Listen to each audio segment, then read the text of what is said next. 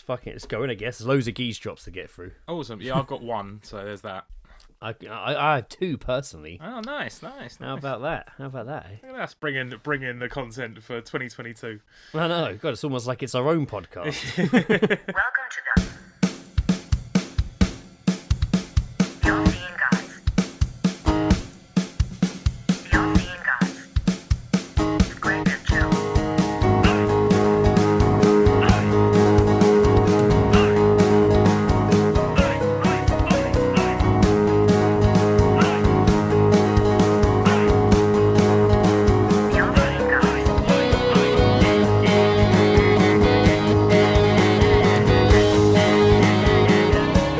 Seeing Guys.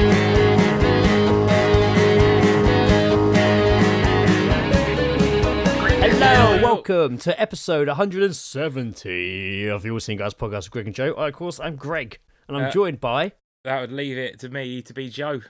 That would leave it to him to be Joe. Leave it to Mr. me, I'm Joe. Yeah.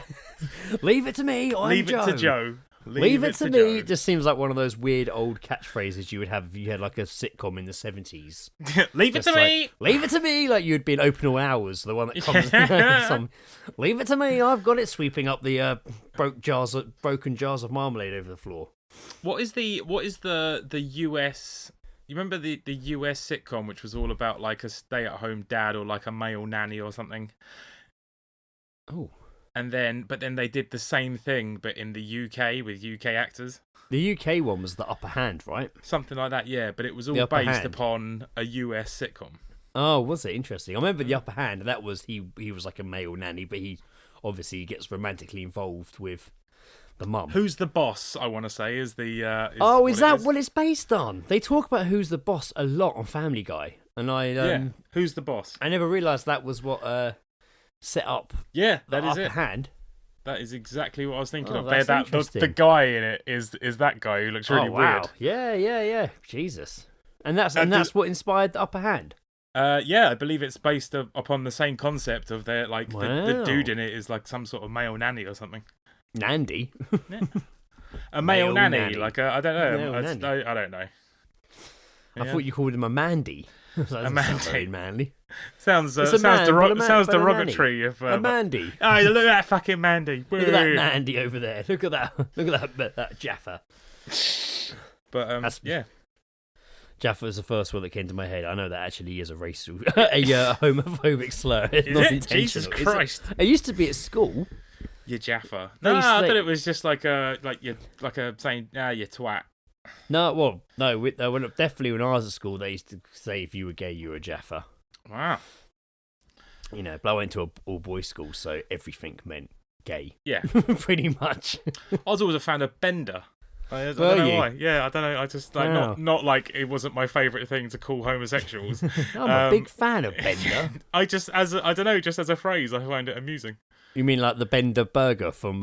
Yeah, that too. Yeah, who that is comes it? in. It's That Wimpy, comes innit? into play. Wimpy, It's innit? Wimpy. It's got the Bender burger. I thought it was a bendy burger. Bendy, but the advertisement was like Bender, wasn't it? Yeah. Are you a Bender? Just gonna put this out here, like starting this podcast off in a new year with us talking about our favourite hate slurs is not the way I thought this was gonna go. Happy New Year, listeners. New year, new us, but it's not a good change. Happy 2022. Yes, indeed. We're Christmas another- happened, New Year happened, and God, here we are. Yep. It feels like it's been a while, but It feels like we haven't podcasted in a while. I mean, we haven't. It's been like no. 3 weeks. Yeah, it has, hasn't it? Because we obviously, when we last left you, we were just finishing up. You make it sound like like one of those shows that is like telling a story over like an old kids show that was telling like a When we last adapted- left you, When we last left. we were finishing up podcasting at my house, and then we were off to go see Ghostbusters. Yep, that happened. That was on the 13th of December. Nothing crazy occurred. That means we didn't go and see it. We went and saw it, but we'll get into that shortly. Yeah, we'll get into that later. Yeah, but that was the 13th of December we went and saw that. So, quite a while ago, actually, considering at the time of recording now it's the 5th of January. I know, it's mad, isn't it? Probably one of the longest, apart from when we used to bulk record like 6 episodes in one go, it's the longest you've gone without recording in recent years, that's for sure. It felt like But it's good, though. like It's good to be like ahead. a hiatus that no one noticed. Yeah, it was good to be ahead. We managed to clear the path for Christmas. Well, it's always a busy sort of time, isn't it? It's yes. so it's always if we can be on top of it, then we absolutely will. How was your Christmas? It was good, you know. Yeah, it was good fun. Amy and Phil and the kids came over on Christmas Day, and we sort of did, you know, unwrapping of presents and stuff. Banging meal. Watched some crap TV and drank a load of whiskey. It was sorted. Awesome. Fucking A. How about yourself? Yeah, it was all right. I was, I know you're aware of this, but for the listeners, we were obviously so busy trying to not get COVID at Christmas so we could still see my mum and my family. But then literally day before Christmas Eve, Indiana got chickenpox. Oh, mate, the timing of it is just mad, isn't it? I know. And with my mum's like cancer treatment, it meant we couldn't go see her at Christmas. So we had to have a Christmas at home and do a Zoom with my parents for the afternoon. But it was still a very nice Christmas. Absolutely. It was still actually a very nice Christmas. Yeah, you make the best of the situation. We had to do a last minute. Oh my god, we need to go get food because we were expecting to have lunch at Mum and Dad's tomorrow. Yeah, so yeah. You know what? That did actually cross my mind at one point. I was just like, hang on, they've got like to completely readjust their plans, and they've got like done fuck all. Yeah, and it was literally like the day before Christmas Eve, so we had to quickly shoot out Christmas Eve morning and get. Or actually, I think we did an order that night. Joined the line at the butcher's. But yeah, we managed to get some food in. We managed to still have a Christmas lunch, which Lizzie did a good job. And it was nice though. It was just us in the house for the day. Yeah, man. And then it's a bit different. The day after Boxing Day, Indiana would have been past the infectious stage, so we could go back out again. We'll take her out, like so. But yeah, it was nice. It was didn't feel as locked down as last year because I still could go, so I still went and saw Mum on Christmas Eve for her birthday. I obviously didn't bring Indiana with me. Yeah. You know, just but it was more on the day, especially as you would have been going to 2 separate households and stuff. Exactly. So it was fine. It was still a very nice Christmas. Yeah, good man. Still a lovely Christmas. Still enjoyed it. I still felt like it. I still felt like I felt it's festive enough. To be honest with you, it's so rare that me and Lizzie have Christmas lunch together. I think last year was the third time we've ever had Christmas lunch. Yeah. So it was quite nice just to have the 3 of us for the day. But the thing is, I didn't like. It wasn't like the only thing that was a bit different is if I went to my parents, I would have been drinking most of the day. Whereas when you're just with your wife and your child, you run out of steam pretty quick. You're not really in the mood to like neck. In fact, I wasn't really feeling beers at all. I had we had all these like mini bottles that popped up from places. Oh, there's a Prosecco one here. I'll have a glass of that to get the day started. Yeah. Oh, there's a wine one. I'll have a glass of that. And by the time I got to beer, I was a bit like, ugh. Yeah. Didn't really have that many, and then kind of went straight ahead to the Irish Meadow, which I was drinking, which was very nice. See, I'm not a fan of like mixing my drinks on Christmas because it's a bit of an endurance test. The old drinking on the day, and I find if I mix, so I'll usually I'll drink like whiskey. I'll just have like whiskey and Coke throughout the day.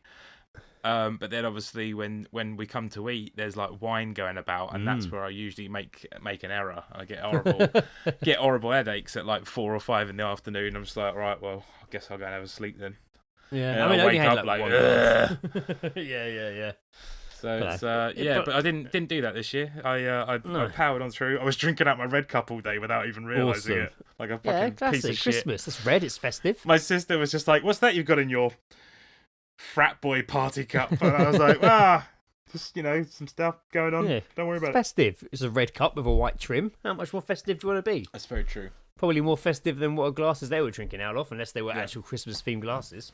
It was it was good, and it was good seeing the kids and stuff, and it was all out good day. I want to get my kids back. I got a mini NPC. That was fucking awesome. Awesome.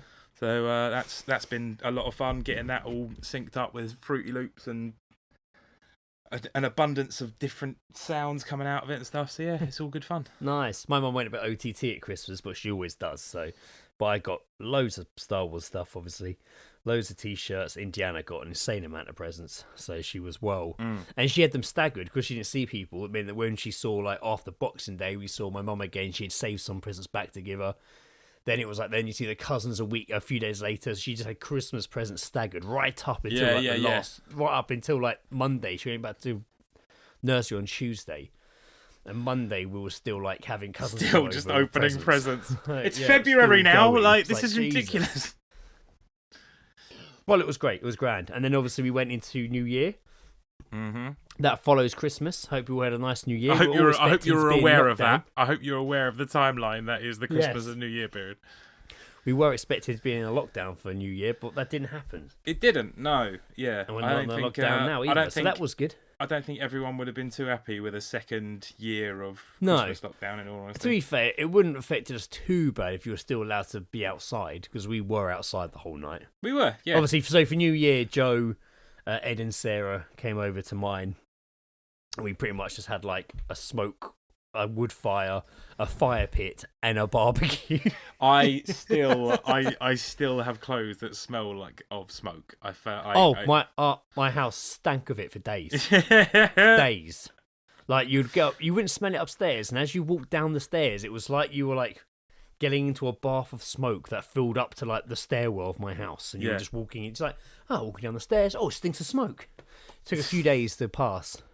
I like one of my hoodies. I was just like, oh my fucking god, this thing! Like, yeah, it was great. Oh, it yeah, was really good. we did. And we were like, we you know what? washing. It wasn't like, surprisingly as well for the time of year, wasn't incredibly cold. It wasn't cold like the previous time we had done this. Not last year, obviously. So like the year before, I remember it being really cold. Yep. Like, I remember Lizzie barely being outside because she was so cold. Yeah, we were just really committed to smoking. I didn't even put a hoodie on until like the last couple of hours. I was literally in like a t-shirt and like it's a thick shirt, but I had like my shirt on. I didn't have a jacket. I literally didn't put a hoodie on until like, the last couple of hours. I had like, I was layered. I had like a jumper and like a shirt. Yeah. And it was absolutely fine. But yeah, that was good. We cooked some sausages. I like that it was like we had a really because we came over quite early, obviously, because Indiana was still awake and we hadn't seen her. And Lizzie went to cook. And Lizzie had made like dinner for everyone. And stuff. And it was banging. It was absolutely banging. And so obviously like we were there for the majority of the evening, and then it sort of like, you know, as it does, it starts to sort of flag a bit. And then it got to like midnight, and we were watching all the fireworks and stuff. And mate, I swear to God, I was home by 12:30. I swear to God, I was home shortly after. I'm surprised Ed sat back down after midnight. I fully expected when we were out the front. Yeah. Ed just turned to Sarah and be like, right, let's go. Yeah. Like, time to go. Yeah, he powered on through. He came and he sat down for a little bit more. Powered on through. It was a lovely evening. It was a really nice I was evening. fine. I just lost my mind for a moment staring in the fire. Yeah, it happens. Yeah, you and really I kept telling did, myself mate. to stop. Like, and then I kept looking back at it. You were stoking that thing for like, I swear, like 2 hours.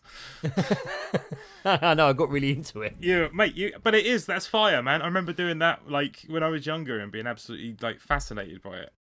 It just like, oh man, when the barbecue was supposed to be dying out, I'm just there chucking on like sticks and leaves and shit. Like, so and because we did have the barbecue, the fire pits with the marshmallows over the fire pit, we had fire for all occasions. We did, and Lizzie had. There was fire for cooking and fire for heat.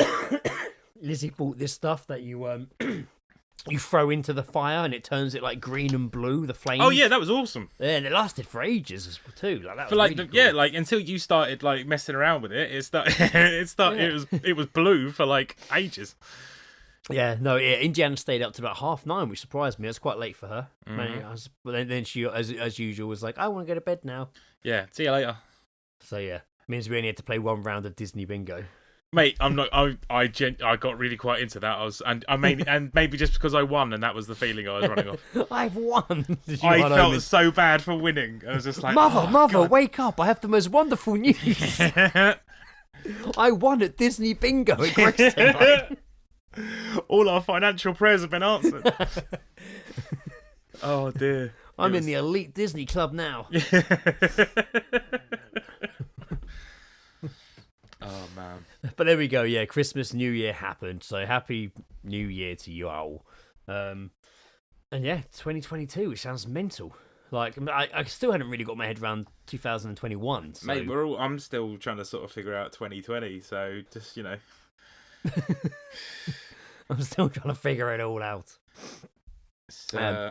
But since then, it's been pretty tame. It's been pretty tame since then. Like, if anything, it got to the point where... No one crazy's died yet. Yeah, and I was kind of... Oh, Betty White died. Yeah, that was Obviously. like literally... She was like the MF Doom of the year. Yeah, Everyone... yeah. Oh, mate, I've got to draw Betty White in an MF Doom mask. Oh, that'd be sick. But MF Doom unmasking and it's Betty White, yeah. Or just like her, like MF Doom and Betty White in heaven, like passing around a 40 and a blunt. Oh, what a project. Interesting. That would be a good one. See where that goes. Yeah. That's like that Facebook page, isn't it? That Jim would draw it for you. Jim will paint it. Jim will paint it, yeah. And then say what you want, and he draws them if he likes your suggestion. He draws them up, and some of them are pretty awesome. Yeah. Yeah, it's been pretty tame to the point it had been so tame since then. But also, Lizzie and Indiana both went back to work / nursery yesterday, so the 4th, and it was a bit like, oh, come on, I just want them to go back to work now, back to school, so I can just have my kind of like my day, get back to work myself, and just back to calm and quiet in the house again, not having to go places and do things. Yeah. Not having to. Oh, good news! My car passed its MOT this week, so that was good. Excellent result. I was convinced it wouldn't, so that was a fucking... Oh, really? That was a great start to the year. Just because it's been making some funny noises, but apparently it was fine. Excellent. So there you go. I also went ice skating for the first time. We talked about ice skating on here before, and I've said how I've never been, but I have been now. And tick that off. Tick that off the list. Yeah, tick it off the list, and I was really nervous about it and not really looking forward to it. But me, Lizzie, Indiana, and Lizzie's cousin Daniela went. And the weather was warm. It'd been pouring with rain like before, and literally the ice rink was very watery. And by the end of our session, it was like an inch of water. And Lizzie did fall in it and was fucking soaked. Yeah, she fell over. She fell over. She literally was up. Oh, did you shout that at her? No, I was too far away. She got up off the ice, and Indiana stayed on with me. You just skated past and just go, oh my god. I was just amazed I didn't fall over, and by the end of it, I was actually in a bit of a groove, Did you? Were you like a little bit shaky on the ice, or were you quite confident? Yeah, at first I wasn't confident. I got more confident towards the end. Yeah, I could say, I've been to the Hampton Court ice rink, and it'd been a while since I'd been ice skating when I went, and I was just like, oh man, how's this gonna go? It's just like, if I fall over, this is not gonna look good for me. I was so worried about falling over. But I got there and I was just like, oh yeah, I was just like a little bit shaky, and then I was just like, yeah, and then you just end up gliding and just like, yeah, exactly. I wasn't like whooshing in between people and all that shit, but like I was, No, I didn't do that. I still had to, when Lizzie got off the ice, Indiana had like a big penguin she holds onto and skates with, so I had to kind of like just stay back with her. And then Daniela was kind of with us as well going around, but it was really nice. It was amazing. I didn't fall over. I'm glad I did it. Ticked it off the list.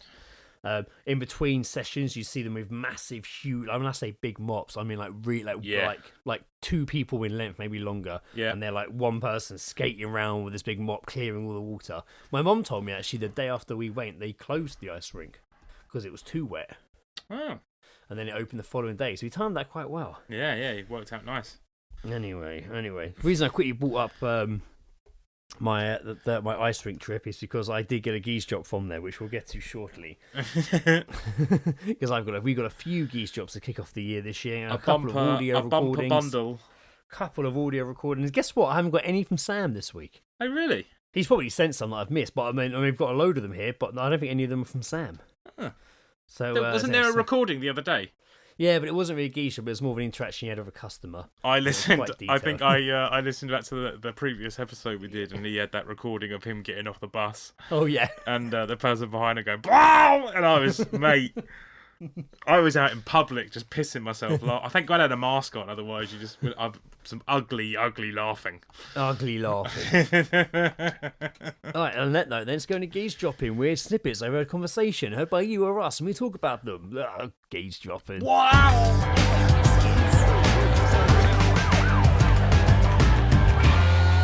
Geezedropping. Having a listen. Geezedropping. Right, let's go. I've got. I'll do the 2 that I've got that I have, The two that I've got that I have, just to confirm that I do have them. Yeah. I'll do the two that I heard. The two that I'm in possession of. And then I'll throw it over to you, and then I'll go into everyone else's. All right, perfect. So, my first Geese job I heard at the Grove. A couple of girls sat at a table near me and Ed. Me and Ed were very naively worried they were going to talk to us.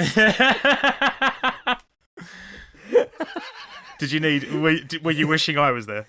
Ed did say, it's a good thing Joe's not here. Otherwise they would have been here. They would have been over by now. They would have smelled me. I can't remember whether it was before or after Christmas. I feel like it was before Christmas. It was like we had a quick afternoon beer. It was just me and him. But yeah, I think he was like, God, good thing Joe's not here, or they would have.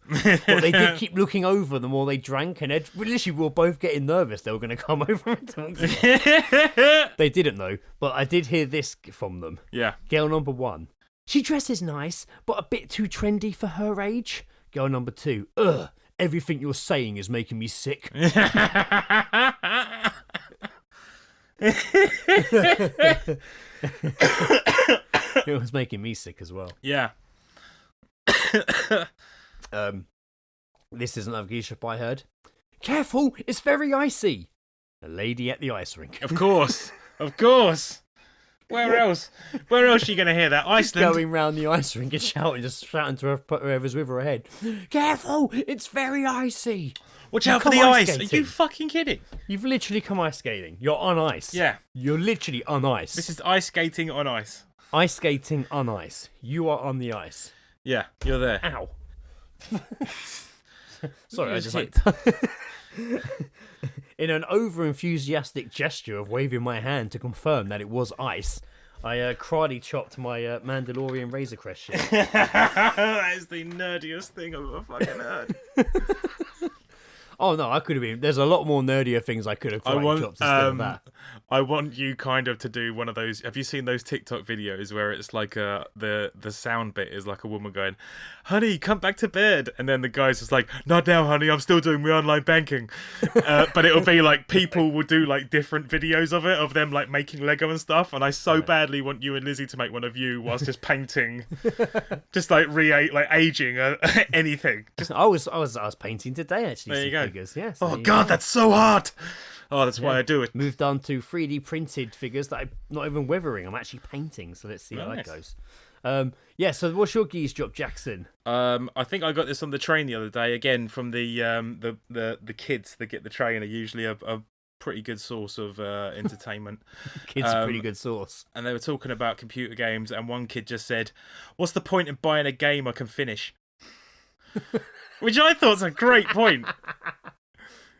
Like, what's the point in buying a game that you could just complete? If it's easy, yeah. Like, it's just, I thought that was a really good point. That is good. Completed it, mate. One from Tree that was sent to us. Yo, Tree.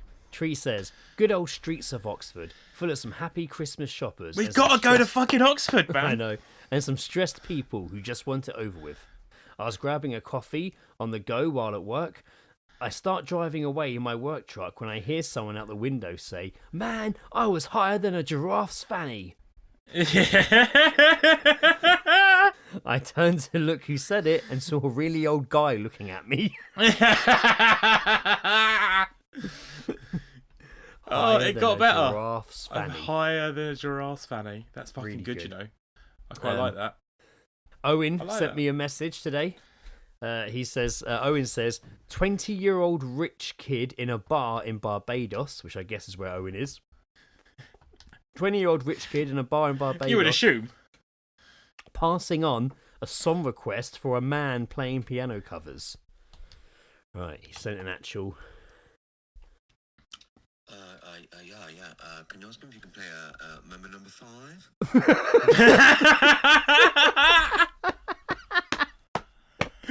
The voice. I wasn't I need to expecting hear the that voice. again. Is he saying... Yeah, do it again. When I listened to it earlier, I thought the guy was asking for Maroon 5, but now I hear it's Mambo number 5, isn't it? Yeah, Mambo number 5 is even better. Can you ask him if you can play Member Number 5? Mambo number 5. When you're not sure how to pronounce it and you don't want you probably a bit pissed. Sometimes you do that, don't you? Number 5. Mambo number 5. Thank you. I like the suggestive Stuart sent voice us raise. one. Member number 5. Oh, awesome. Stuart sent us one. He messaged to thank for the kind words on the podcast, and I must say a lot of people did message also to say they're sorry to hear the news. Just other listeners of the show, so a lot of love for you, Stu. But he did send us a geese drop. And he says, I was walking down Northport Pangnell High Street. I'm doing it now. Where? Pangnell. It's not called that. It's Pagnell, right? I was walking down Northport Pagnell High Street with my dad, and from some way behind me, I could hear this chap quite loudly on his mobile. He overtook us and stopped outside a charity shop to look in the window, so I thought I'd stop to have a look, but I kept listening.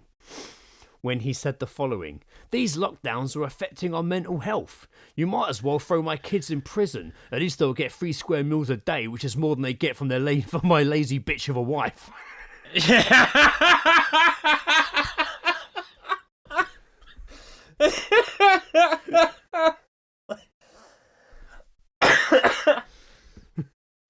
Oh, mate. Wow. Oh, Jesus. I felt like that was just one long. I felt like that was one long sentence he'd been working on, building up to calling his wife a bitch. He's like, I can't just come out and say it. I can't just come out and say it. How can I get around it? Okay, maybe if I mention mental health, that's a start. Yeah, I'll work on that from there. Yeah. Like, So I said there was loads of geese drops. There wasn't. That was pretty much it. that was But it. I do have one from Reese, my godson Reese. That's not really a geese drop. It's more of an interaction. And I'm not even sure if he sent me this, so I will play it on the podcast. But if you do send me audio that I find funny, I'm going to play it on the podcast. Yeah, absolutely. So I'm gonna play you this message that I'm so OCD with deleting stuff on my phone that I've deleted. There it is. Right. So yeah, he Reese, my godson, sent me this, and it's quite. And he brings up something. He mentions something at the beginning that's worth mentioning for listeners. That people who know me, Joe will vouch for this. I always get a lot of strange people who usually come up to me. I'm usually the one they go for.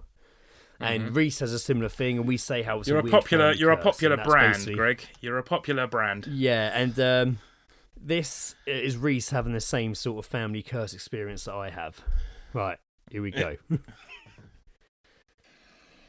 So, I was going to write this all down, but realised it would take too long to type it. The family curse of attracting the strangest people struck again. I'm sitting there on the train and watching my video, and this bloke just slams his face between me and my phone. He goes, "Did you know it's illegal to lie on your CV?" I'm like, I take my headphones out. Sorry, what's that mean? He goes, "Yeah, on your CV you can't lie on it. You'll get arrested." I'm like, okay, thanks for that. You know, put my headphones back in, thinking that was the end of that. Anyway, he starts talking to me again, take my headphones out. Yeah, you can get loads of trouble. I'm sitting there going, why do we attract the weirdos? And this guy, long black hair, glasses like, I don't even know who they look like, just shady glasses. And he was wearing a black shirt that was open in the middle with his belly, like hairy little belly fluff sticking out of it. Like to me, do you play video games? I'm like, oh yeah, I like playing on my Switch and all that. Out of nowhere, pulls a Nintendo Switch out of his pocket. Fair play, I rate that. But then he goes, yeah, no, we should try and come over. I'm like, this bloke's trying to invite himself over to my house. I was like, let's hope he's at the station and I can sort of get away with it. Anyways, he's like, yeah, I could come over and we could train. I'm like, oh, I don't know, man, I don't really have any games you can sort of have. He's like, oh, that's all right. Worcester Park comes up. I go to get off and he goes, oh, I'm getting off here as well. Which way are you going? So I had to walk the long way. Fucking no! Fucking follow me home.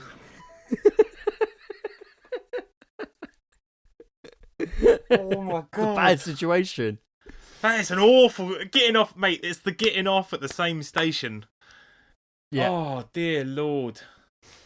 Yeah, I did ask him how he ditched him because he followed him quite a way. And Reese is like, there was a bit where we went to cross the road, and he was crossing alongside me. I pretty much just backtracked, and really, by the time he would have turned, I was already like down the road, like. So I think he did a runner. Oh my God. I was gonna say you've got to just like you both just leave the station, and he just goes, oh, and then just runs. And then just runs. Oh God. Mad. Yeah.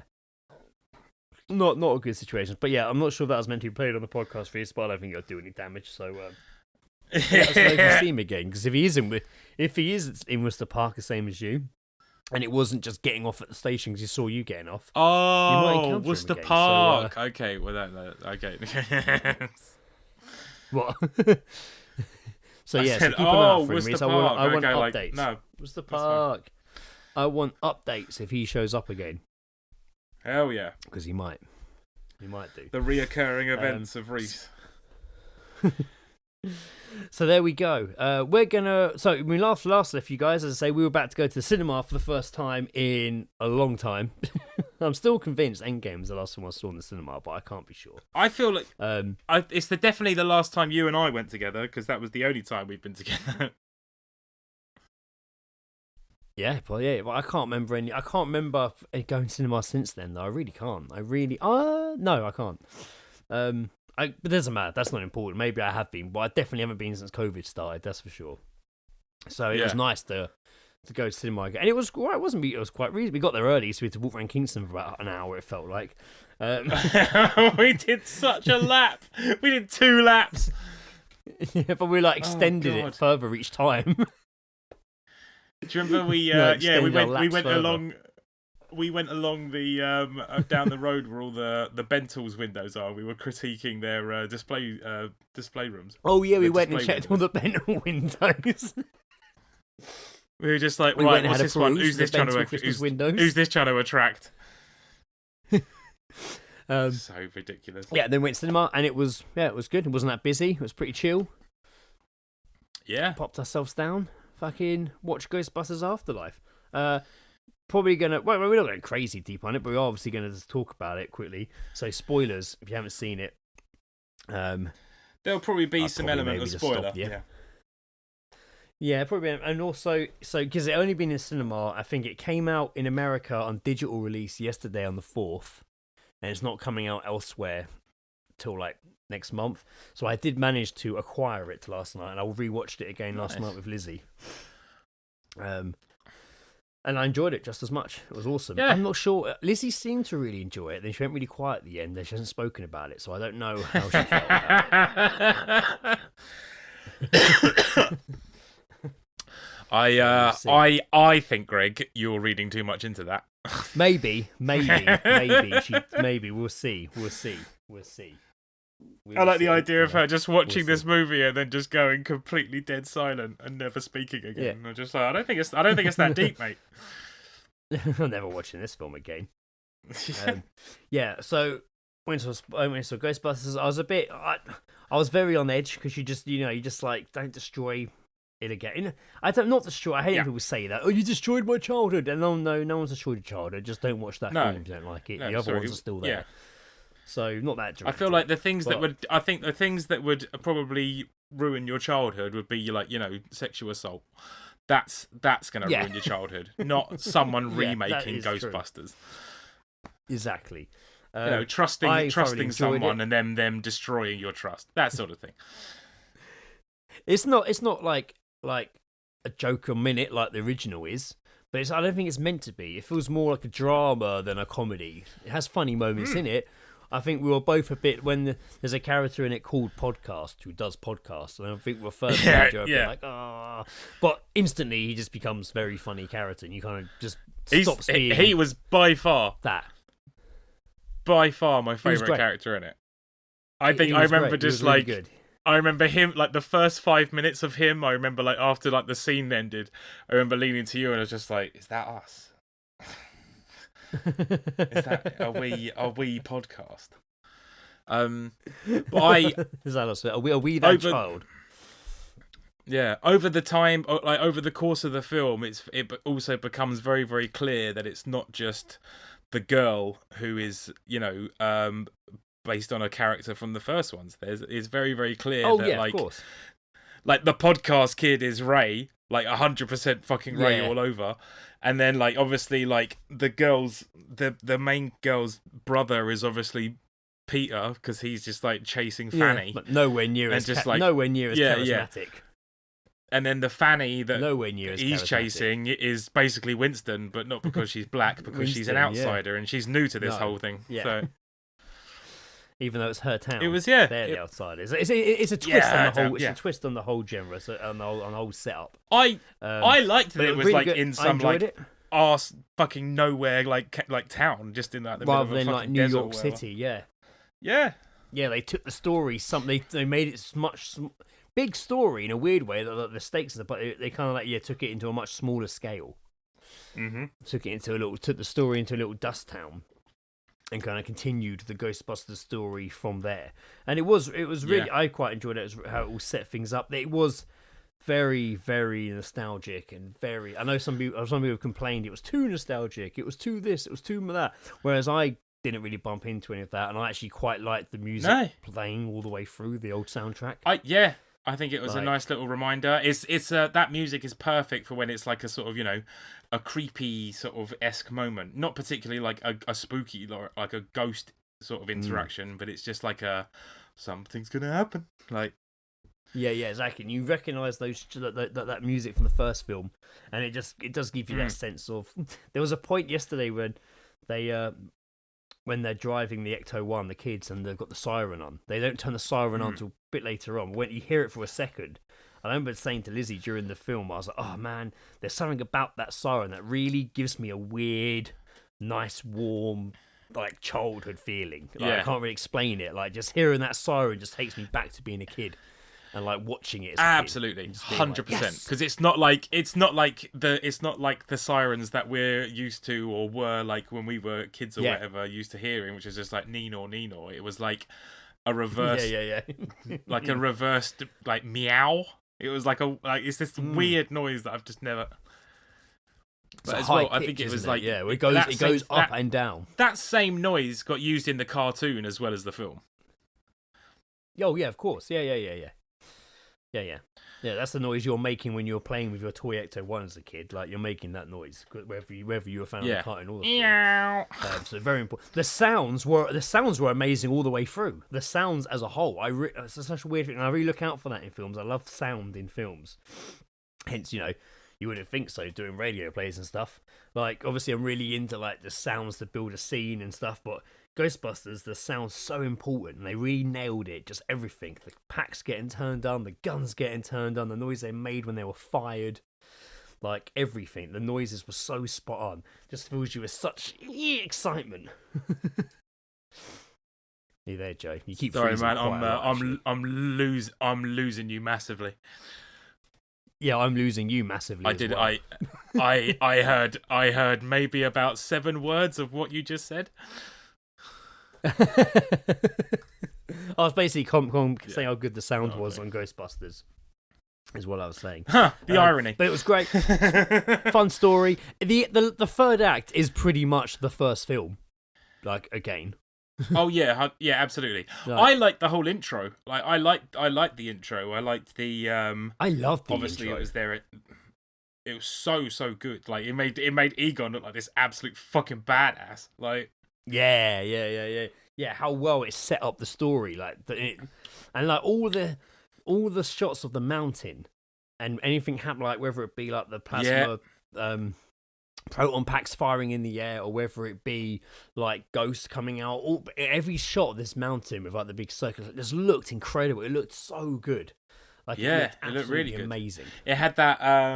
There was definitely a sort of like close encounter of the third kind sort of element to it. I think like sort of vibe to it. Yeah. Some like with the whole kind of sort of like this. Yeah, I think it was great. I like the fact that they brought back the whole sort of Gozer element of it. Like, I suppose they had to. I guess in a way. I mean, I suppose they didn't have to, because I suppose it's written by the son of Ivan Reitman. It's his son who was on the set while they were making Ghostbusters. He's now grown up, become a very successful writer and director. Yeah. And he wrote and directed this film. And you can feel it's still in the family. I know Ivan Reitman was still on set most of the days and quite heavily involved. And, that's what kind of made this film come together and get the right people involved in it. Mm-hmm. And so you felt a bit more secure than previous iterations, Ghostbuster attempts. But it was really exciting to kind of see the old, I don't want to say like the old feeling of the film, but Gozer, I guess they kind of had to do in a weird way, because it does bring you back to that first film, doesn't it? It kind of brings you back to that nostalgic moment. Whereas if they'd gone completely different story, probably might have been harder to brought to have brought Egon into it, maybe. So I'm glad Yeah. they went with this sort of story, you know. And even though, like I say, it does almost set us up the third act for the same third act as the first film with a slight twist. But I was happy with that. I was really happy. Oh my with god! that. If they did a second one and it had Vigo, I'd fucking lose my shit. That'd be so fucking good if it had Vigo. So I really did spoil a think bit. that the Oh, sorry, let Joe say his bit. sorry, first. I did think that the start of the film, like after the whole intro and stuff, and where it's introducing the characters, I thought that moved incredibly quickly. I feel like that whole first bit, like they were living somewhere, and then they're getting told that they've just they're fucking off, and they're just off into the countryside, and no one had any fucking problems with it. Yeah, like, and then you it was literally just- meet it- Paul it's- Rudd. yeah, that- and then that and moved then that's really it. quick. Yeah. Yeah, then Paul Rudd shows up and it's now just to like, get- oh, he's going to be a continuing character. To get really spoilerific, then, so the last 20 minutes of this film is when we do get to see some OG cast, and at that point, and Joe said the same thing. At that point, I almost didn't really need the cameo. That's a bit more No, than a did cameo, not. but I almost didn't Barely need cared. it. We'd already didn't like- encountered Ray earlier in the film via a phone call, so it's still great. I loved seeing them, and there were some really cool scenes and some really emotional scenes, and it all came together really nice. But it was almost at the point where I probably, if they hadn't shown up, I don't think it would have damaged my enjoyment of the film too much. Although, who knows? Maybe I would have left the cinema being, oh, they were fucking in it. I don't know. I even felt like I actually enjoyed the Ray phone conversation, which has been in the trailer. You know he was going to be in it. I enjoyed that more than the end of it. I just thought, you know what? If that's Right. all we see, I'm probably happy with that. They don't have it doesn't have to be anything else. But at the end of it, I can't particularly say that I gasped in excitement. It wasn't like Spider-Man or anything. Oh, spoiler alert! Yeah. Yeah. No, I hear you. But But it was still great. It was really interesting. It almost didn't need it. It was great. It was still great, but it almost almost like didn't the need film it. was so But I still enjoyable wanted that it. it almost didn't need it. I still wanted it. I still happy to have it. But it almost, because I was like, are they setting up the kids becoming the next Ghostbusters? Which you feel they were until you get to the end of the film. They're like 15 and 12, and they can't be so the new young. Ghostbusters. No, And so then young. and then at the very end, you see Ecto, because at one point, Winston kind of puts his hands over the bonnet of the banged up Ecto-1. He's like, oh, what have they done to you? He's like, I want to take you home and fix you up. And at the end, you see Ecto-1 driving through New York City's sirens blaring. So you're like, well, did they take it? Did they go back and reform Ghostbusters? Now, there's a scene after the credits. I don't know if you saw this scene, Joe, yet. There's an after credits scene. There's the one with Bill Murray and Sigourney Weaver we saw in the cinema. But then there's another one at the very end, which is actually quite a long scene. Can I just say, Sigourney Weaver looked fantastic. Oh yeah, sure it does. Better than but she is I've seen her as when she did what is it, Cabin Fever. She was in that, and it was just I'm not sure, but she looked really, really good in this. She looked really good. Yeah, she looked great. Yeah. After the credits, they actually show a deleted scene from the first Ghostbusters. Of No way. Oh my god, my mind's gone blank. Why's my Ghostbusters? What do you want? Why's my mind gone blank? Oh yeah, The Janine. Janine. She gives it's her giving Egon a coin she got from a world fair, for saving the city, and he's there with but blowing up marshmallow over him. Oh, okay, thank you. But it's obviously a scene they never used. They show that scene, and then cut to her modern day with the coin in this big fancy building, and it's Winston's company. She's come to meet him, and he's like, oh, I might be this businessman, I might be that, but I've always been a Ghostbuster at heart. And as he's talking, it cuts to him opening up the old fire garage. He opens the shutters and he goes in the firehouse, and it's all fucked, and he's looking around, and then he starts bring it in, and they start bringing Ecto-1 in for him, and then it sounds like he's gonna start the Ghostbusters again. Maybe he'll be the one training the next generation. It looks like he's I'm gonna start this again. And then the very last shot is the containment in the basement flashing with a red light in it, saying it's got a ghost in the tank. And then it finished. See, that so actually, makes me excited. That gets me. That has got me Yeah, hyped. the after just credit you scene saying is that. great. Oh yeah, man! Oh, I'm sure you'll see it on man, I wish YouTube or we'd TikTok. stuck but around yeah, now. it's literally it's like 4 minutes long as well. It's like a really good. It should have been. It feels like it probably would have been a bit jarring to stick on the end of the film, so it does work as an after credit scene. But it tells me what I want to know. Like it shows me what. Oh, that's what happened. Oh, he brought it back. He brought it back to New York, and now he's gonna. Looks like he's gonna start them himself. Winston's gonna because Winston's like I guess loaded now. He's gonna bankroll the whole thing. And you know what? That's how mention- they explain. That's how they explain the ability, all the economics of it. It's just like, well, if we make someone super rich, yeah, and they do confirm that Winston's been paying all the rent and bills at Razor Court Shop for him because he obviously doesn't make any money. yeah. Like, so it's a very cool Love end it. scene. So I do suggest checking it out because it got me really excited. Cause I'd only seen bits of it on YouTube. Last night I got to watch it properly uncut and was like, oh, this is awesome. What a great fucking scene. So I thoroughly enjoyed Ghostbusters. It was a really good enjoy. I thoroughly enjoyed both viewings. The only bit I cringed at is it. Go on, you go. No, I was going to say, even like Paul Rudd is such a big name that it was quite surprising. I would have preferred almost someone else to be his role. Because I wasn't, I mean, apart from obviously like the kid from Stranger Things, everyone else was not like hugely known. I would have preferred like them to just come sort of like eradicate those big names and have this kind of sort of create this new sort of thing. There's but he was still, I mean, it's Paul Rudd, man. How could you not enjoy Paul Rudd? He was funny, man. Like, he's very good facial he was good in expressions it as well.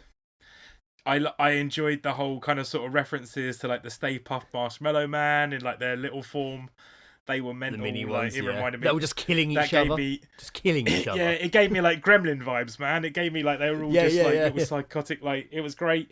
The bits that were obviously CGI looked great, and the bits that were like puppet mastered were fantastic.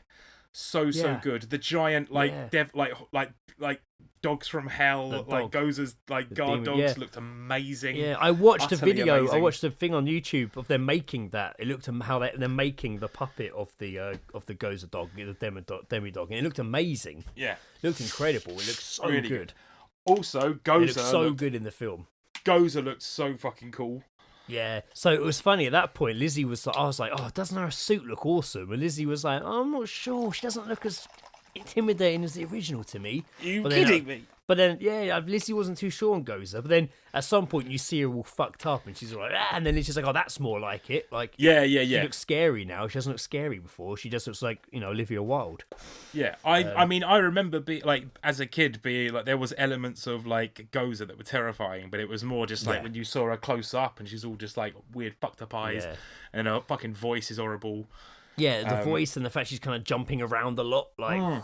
Whereas this one, she kind of appears and just sits down, like, yeah, chat to me. Then I'm going to come after you. Yeah. But yeah, it's very much not the same, but yeah, pretty much echoes the end of the first Ghostbusters. But at that point, you kind of need it to, you want it to, you're there for something at that point. I love the references as well they make to it in like of the original Ghostbusters. So they talk about like there's reference like there's just I love that it is just literally like videos on YouTube of like the old watching. like, yeah. Oh, I love that because they just like and they make it like this thing and just like the hauntings in Manhattan. He's like man, the ghosts in the 80s in New York and the ghosts in New York, and it was like The Walking Dead.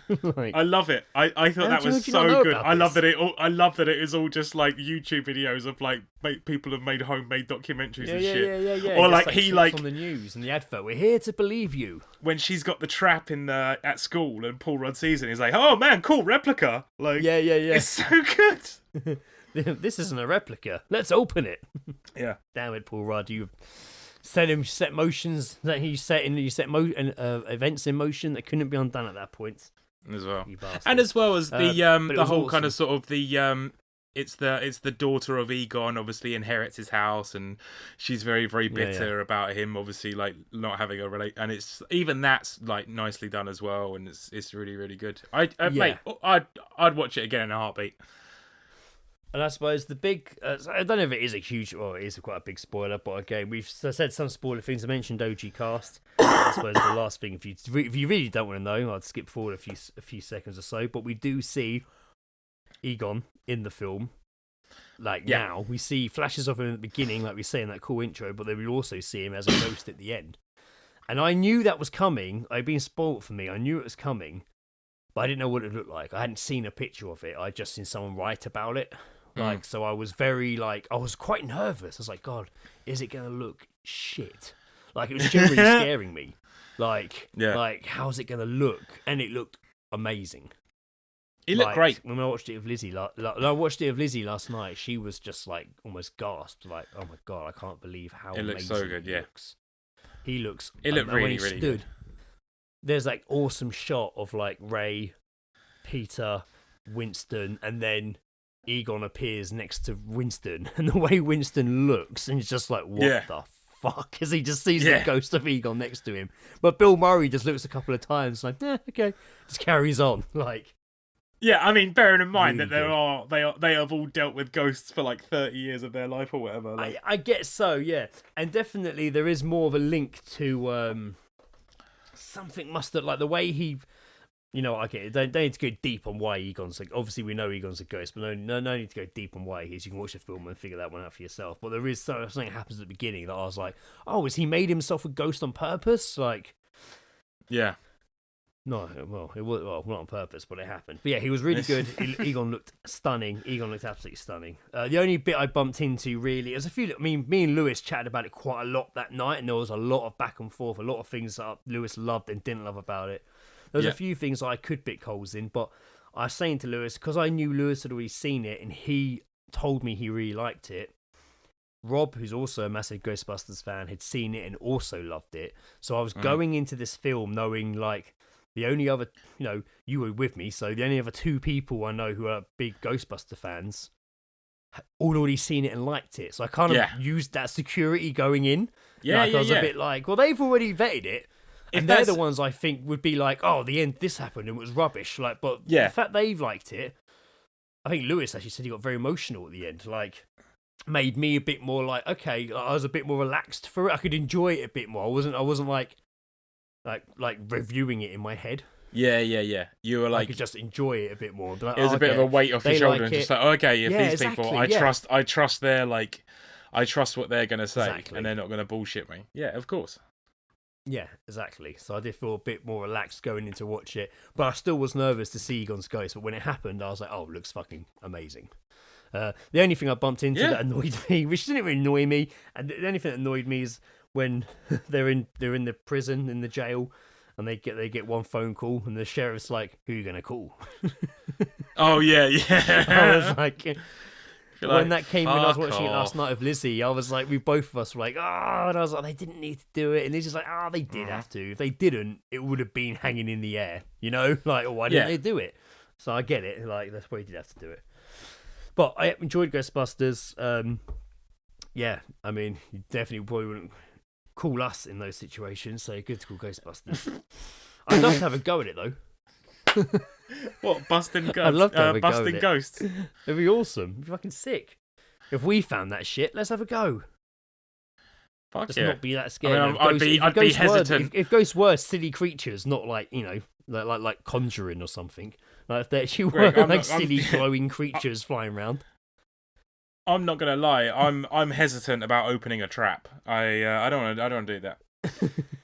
Well, no, we'll catch them in the trap, not release there's them. We're not catch and release. We're not catch. Yeah, no. I'm not saying I'm not gonna get. I'm saying what if there's something already in it and we open it and release it? I'm not doing that. I'm not being. I'm not having that on my shoulders. We're here to relieve you. It's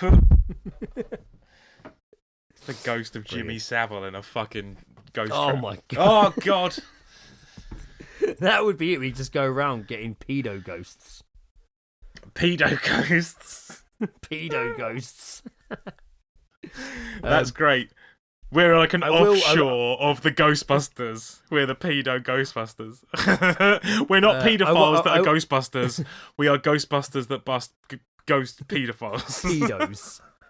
Yeah, we're not pedos. Can we just clarify? We're not the pedos. We bust the pedos, but only Yeah. after they've We're died, not- then we bust their ghosts. Yeah, we're not paedophiles that also enjoy ghost hunting. We use a doll with we use a doll with Casper the friendly ghost to lure them out. Yeah. Oh, it's a nice looking ghost baby over there. Oh, I'm a pedo. Oh no, What they a- got me in their trap. Ha ha! Jokes on you, Paedophiles we're are just the like, pedo busters. what are ghosts like? They don't like sweets. They don't. We're They the won't get ghost in the pedo van. busters. Casper. You've I went back to I was gonna say you've made some other visits to the. To I the made one cinema. more visit to the cinema. I'm not going to go spoiler on these because it's probably too early. No. But I will say I did go back the very next week, Monday, a week later. I went back to see Spider-Man. I wasn't going to. I was going to wait because it was getting close to Christmas and it was going to be really busy. But I was finding it really hard to avoid spoilers. And I would not have had a chance till like now. In fact, today probably would have been the first chance I actually would have got to have gone to see it. So it would have been a long wait. So I went a week after we saw Ghostbusters on my own. Just fucking, right. Lizzie was working from home. I was like, right, I'm just going to go see it in the morning. Freaked out I had got COVID. I didn't, but just because, it was that point where it's really high just before Christmas, and I was like, I need to not be around people, but I am going to go see Spider-Man. And I tried to pick a show. When I saw Spider-Man, there was literally maybe like 20 of us in the cinema. I had a whole row to myself. It was great. I had got on the bus to go there. The bus was fucking packed. And like people were arguing over opening and closing the windows upstairs. It was a really stressful journey. Like, and I was like, fuck. And it got to Spider-Man. It was all fine. So I sat on my whole aisle to myself and was like, this cinema's fun. I've enjoyed my last 2 trips to the cinema because it's been empty. I watched Spider-Man 3 and it was Spider-Man No Way Home. And it was awesome. Yeah. I loved it. It was wonderful. It was pretty much Ghostbusters Afterlife in a weird way. It was kind of like I'm just revisiting the old films. It's not a spoiler to know all the villains and that are in it. So literally, it did have that Ghostbusters sort of feel to it. Just like, nostalgia. Yeah. Like these guys, those villains. Oh, this is awesome. Like, so yeah, I it was a remember bit these people. nostalgic. But yeah, I really enjoyed Spider-Man. I really enjoyed it. I thought it was fantastic. I was really into it, even though the cinema wasn't that busy. The crowd was great. There was a lot of like woos and yeahs and gasps and laughs and claps, and there was a Oohs and ahs. There was a point where I like sat forward at one moment and was like, oh, like I was getting really into it. Like, Did you reach forward? Not reach. I leaned forward. I was guessing because your hand was out, man, like you were reaching, like you I know, were I was just staring. being dramatic. Greg? Did you think you were saving Mary Jane? Did you? Is that what you? Take my strong hand. Did you get too involved, and did you think at some point you were saving Mary Jane? I didn't get that involved. Is that because that's kind of what it seems like, Greg? No, I didn't get that involved. I had spent time with Mary Jane before going in the cinema. I don't. Oh right, okay, yeah, no, right, yeah. I get that reference. It took me a little while, but I got there. Like quite literally that on the busy bus straight in the cinema. I timed it quite well, so I don't have to do laps to Kingston first like we did. But I loved it. I really, really loved Spider-Man. I really enjoyed it. It was really fun. And those films, I'm so I said to Lizzie, what are we watching? What the fuck are we watching? We were watching a Marvel film, and I was like, do you remember? I think we were watching Infinity War recently, just like had it on in the background. And I was like, Lizzie, do you remember when Iron Man first came out, the first Iron Man? And then I said to you, they're doing a movie of Thor with Chris Hemsworth. And Lizzie was like, what's that about? And I was like, he's like a Asgardian, he's from like another world. And it's all like, here's his hammer. I was trying to explain it to her, and she's like, it just seems a bit silly, doesn't it, when you after just watching Iron Man, that's going to happen. But now you watch Marvel films, and like you don't question a talking tree as a character. You just don't. Yeah. You're so well trained across the MCU that those thoughts are just redundant now. You don't think things like that. Like, I can't believe I'm watching a film with a fucking talking tree in it, or a talking raccoon. Yeah, like no one. Like, we're so well trained for it. Careful, Greg.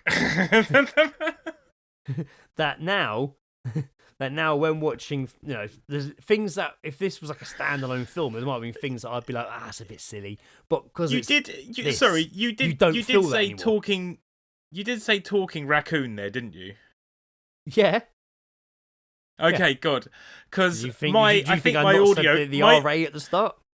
my audio cut out, and all I heard I was wondered you why you say said careful, Greg. "some of raccoon." That's all I'm going to say, and I was just like, "Oh my Oh, god!" you heard the raw part. Like I I missed out would. the RA. It was terrible, mate. I was just Like I talking. would. Oh my god! Like I would. I know. But yeah, you've been. We'll start wrapping up shortly because you have. It's been a tough episode actually because Joe's either been still or just really blurry the whole time we've been recording this. As you can tell, we're not in the same room this same episode. this end as well. I have got glimpses of it. Luckily, we've managed to. The Ghostbusters part was absolutely fine. I heard the majority of it, but everything else has just been a bit of a fucking nightmare. It's been a tough ride this episode, but we're getting there. But no, I love Spider-Man. Really enjoyed it. I'm really looking forward to watching it again. I was extremely satisfied with the ending, and okay, I'm not giving spoilers away. How can I say it? It set up Spider-Man to become the Spider-Man I like. Mm-hmm. That makes sense. You understand, I guess, when you see it, but when you see it, he eventually becomes the Spider-Man that I always wanted. The Spider-Man that I lean towards, basically kind of Spider-Man from the games. He's finished school now. The whole new world. Yeah. There's a bit more to it than that, but it really sets it up. That's why I love Spider-Man. I've seen a lot of people just taking a lot more interest in Andrew Garfield, and obviously his. So I wasn't even going to mention it. I was trying to be non-spoilery, but it is out now because you can't really avoid pictures of it now. Yeah. Because now it's been out for X amount of time. Now all the posts have pictures of them. So yeah, Andrew Garfield's in it, and he fucking stole the show, man. He was great. He was so good. He was really good in it. I like him genuinely and stuff. I think he's good. I keep seeing, for some reason on TikTok, clips of him from that Social Network film. Oh yeah, which he was really, really good in. Yeah, so he also when you said TikTok, he just did a film called Tick Tick Boom, which is like a story of the guy that wrote Rent's a musical. He's amazing in that. Like he sings really well, Andrew Garfield. He's really, really good. But he was fantastic. He was one of obviously the main Spider-Man, Tom Holland, but Andrew Garfield was definitely one of my highlight of that film. Even more so than Tobey Maguire. It's great to see Tobey Maguire, but Andrew Garfield, you can tell Andrew Garfield was kind of getting his closure, even though it sounds like they're going to use him again because he was so well received. Because his films, I rewatched all the Spider-Mans over the course of a few weeks before going to see it. So I watched all the Tobey Maguires, and then I watched the 200 Garfields. And it's the Andrew Garfield films. I don't hate as much as everyone else does, but he's a really good Spider-Man. He's too cool as Peter Parker, but when he's in the suit and moving and talking, he is a great Spider-Man. And in this film, he's great. He's a good Spider-Man, both with the mask and the mask on and off. So I'm really looking forward to seeing it again. I then, without going to the cinema, the following week or just before Christmas, watched the new Matrix movie. And again, I won't go spoiler on this. All I was saying, and I love the Matrix trilogy. I even like the sequels probably more so than most people. I kind of like them more in the order they came out. Obviously, the first one's incredible. The second one, I still really enjoy. The third one's a bit tougher because it's not so much in the Matrix and the story gets a bit silly in the real world. But anyway, a bit tough is putting it nicely. I feel for the third one. The third one is a fucking slog. It's a bit tough, yeah. The best thing I can say to describe the third one is Andy Dufresne crawled through 500 yards of shit-smelling hell I don't even want to think about. That is what I think about when I think about the third Matrix film. So I was really excited when they announced the fourth Matrix because I get excited about stuff like that, and I was like, I can't wait to see how they're going to do it. And I'm trying to think in my head how they're going to do it, how they're going to do that. And I didn't really like the film, but the first half of the film I really liked. Like I really liked it, and was like, "This is fucking cool, man. This is." I mean, I say the first half. I mean, probably a good. Is that because it was different? Is that like very different? Very different. A good hour or so, because I didn't really know what was happening. It was very different. It was very similar in points, but different. But mainly just Neo's or Thomas Anderson's story, I found fascinating. I was like, what a fucking cool idea. Very meta, very fourth wall breaking. Someone called it, I saw a tweet before the film came out, when they let some reviewers see it, and they're not allowed to review it, but they can say they're whether they liked it or not. I had a great time in the cinema. Yeah. Somebody wrote, Matrix Resurrections is the Gremlins 2 of Matrix films. And it fucking is, man. Like very quickly, I was like, fuck, this is like Gremlins. This is like Gremlins. Fuck, man. It was really, I was really into it. Then, when it actually gets Matrixy and like becomes the Matrix film, I was like, I kind of started losing it a bit. Whereas the first half, you're still like, is this real? Is this not real? And I liked that. And then when they answer the question, then it goes to actual Matrix film. I was a bit like, okay. It was a bit of, it was still good. I was probably a bit too harsh on it at first. But I don't know. I don't know if I'll rewatch it ever. Who knows? But I was quite disappointed overall, in all honesty. But I did like the first half. I wish they just stuck to their guns and done that. But it was alright. I can't say I'm going to go out of my way to watch it. I mean, I didn't go out my way to watch it. I literally watched it at home. But I think I was chatting to my sister-in-law, my brother-in-law, Nick and Lisa, day before yesterday, and they're like, "Oh no, we're going to cinema. Like we love Matrix." And I was like, "Yeah, so do I." She's like, "We have to see it on the big screen. We've seen all of them on the big screen." They probably will like it. I reckon they will probably like it. But it'll be interesting when they see it to talk to them about it. But I reckon they probably actually will like it, whereas I only like the first half. But we'll see. It just like it doesn't have the first Matrix film. There's two things that annoyed me. I'll quickly say briefly. One, when the Matrix came out, we hadn't seen that before. Like we hadn't seen that. Joe, what are you looking at? It's really freaking me out. What are you looking at something off camera? It's been freaking me out for a while. I'm like, what is he looking at? My TV keeps switching out on me. I keep getting distracted by it. Are you watching TV? No. It's just it's on my Xbox, but I keep something keeps like switching around on it. I'm just like, yeah. Right, okay. So Sorry, the first I am Matrix listening. film, Don't worry. we'd never seen that before. We hadn't seen that. They had never seen effects like that before, and it was mind blowing, state of the art. Whereas this film, there are some great effects, but there's also terrible fucking green screen at points, and you're just like, oh, that looked bad. That I don't. Is it like? In the Matrix. But is it like the Fuck. green screen that they? Like- It's probably the green screen they used back in 2004 when they made those fucking movies. The same one, yeah, and then also the fight scenes are incredible in the first Matrix. In all the Matrix films, you can't deny the fight scenes. They're really good. Like it's a good kung fu movie. There's not much of it in this one, really at all. In fact, not much at all. You see in the trailer, he does like a force field thing with his hands. It's pretty much just that. It's really funny in the pitch meeting. Is that for like an hour and a half? If you don't know, if you guys don't know about pitch meeting, it's like a show on YouTube where a guy pretends to be both the writer and the studio exec pitching the script for the film that's just come out, and so he just did one for Matrix Resurrections. It's very funny, and the writer's like, "Yo, so I'm thinking this scene, Neo's gonna do this cool fight scene," and he's like, "Whoa! Keanu Reeves is really busy. He doesn't have time to spend a year learning fight moves and choreography. Oh, can't you have him just do like a force push or something? Okay." And the guy's looking for the script, going, "So anytime Neo's meant to use any of his powers or any of his fighting, we'll just switch it out with a force push? Great, excellent." Okay. And that's literally how it plays in the film. What else you got for me? Yeah. So I saw those. Yeah. Yeah, it was alright. I also watched the new Resident Evil film and the new Home Alone, but I'm not going to go into those now. Funny enough, I was sent by our friend Matt. Sent me. He sent something into a group chat that was created when we all had our reunion back in September. Reunion. Make it sound like we're So the Beatles American. fucking coming back Was to that life. Punch Bowl? It was. He sent me this clip, or it was like he sent a picture, and it was just a tweet that said, "Here's my gift to you at the end of the year. Go on Netflix, find a film called Fallen." Oh, I can't remember what the fucking full title was. Oh, hang on, I've got the fucking thing here. It is. Yeah, open Netflix, select a movie called Fable, The Killer Who Doesn't Kill, fast forward to 1 hour and 25 minutes, be amazed. And I was just like, oh yeah, I've heard all that shit before.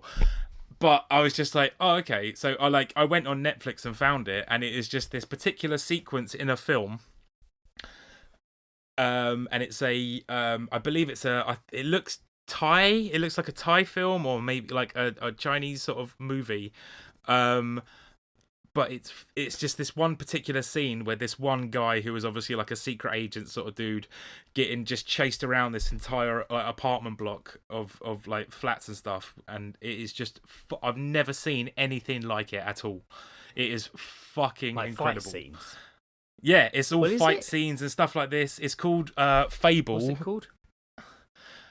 Fable, The Killer Who Doesn't Kill.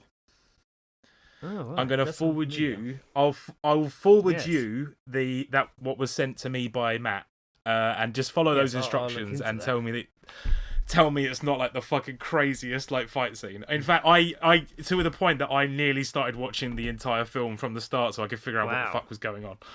Wow, But I'll like look into that. it's incredible. It's utterly incredible. Wow, I'll check that out.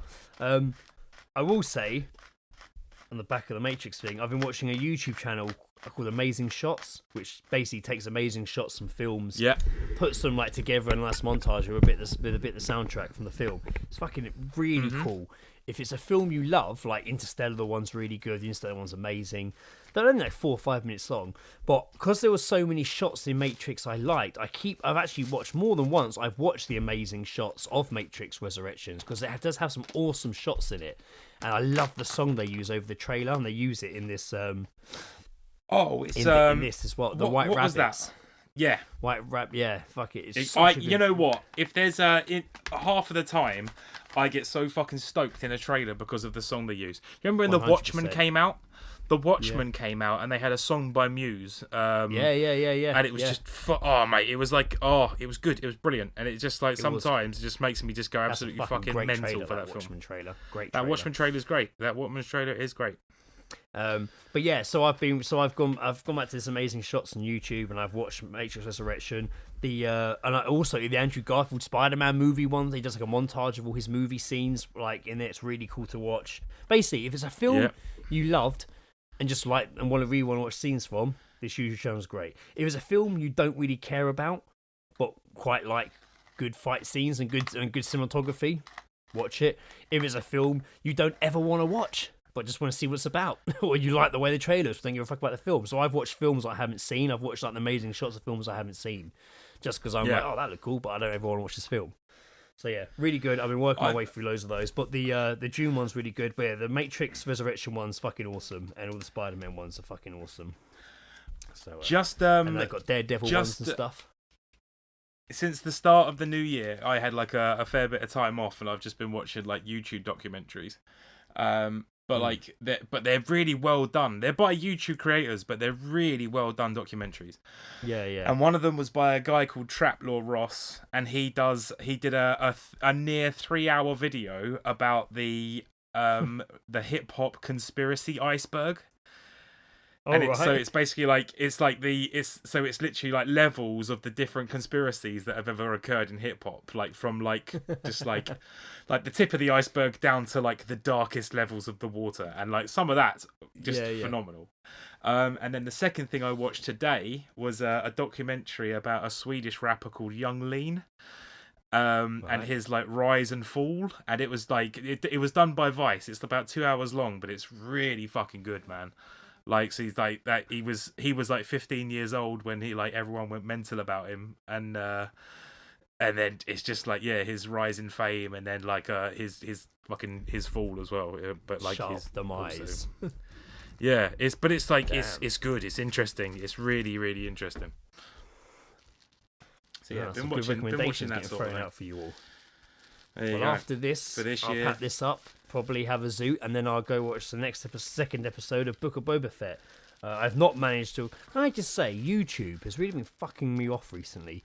3 things YouTube has spoiled for me now, just by turning on the TV and like walking away from it for a second. first it played a scene from Ghostbusters. It just starts playing, you know, start playing snippets of videos. If I'm watching it from my TV, it'll play a snippet of a video, not like full screen. It did that, and it showed me a scene someone filmed of Ghostbusters in the cinema. Then it did it for Spider-Man. Then it did it for me of Spider-Man. Turn on, went in the kitchen, came back, and it's literally showing a video of somebody filming the screen in a cinema in America of the end of Spider-Man. And I was like, for fuck's sake!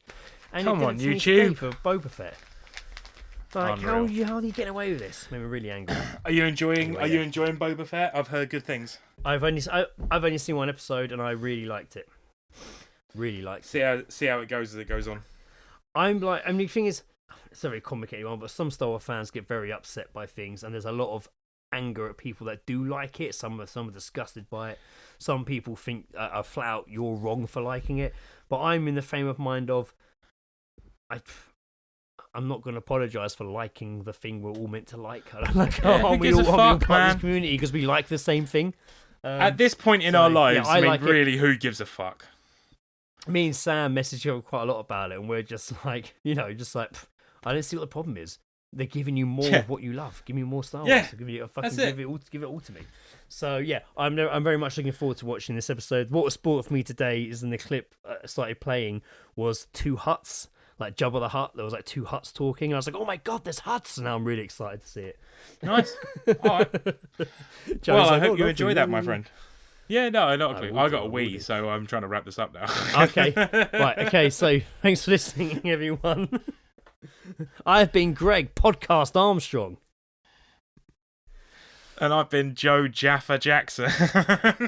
Oh, brilliant. Go on, have a wee. Get out of here, you little muck. You little type. Yeah, stop it, have you. a piss. Tatty, bye. Go piss. Bye.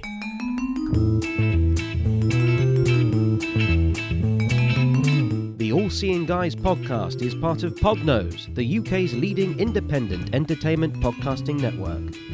For episode archives of the All Seeing Guys and all of the shows on the network, visit us at www.podnose.com. You can also follow us on Twitter via @podnose or send us an email via admin@podnose.com.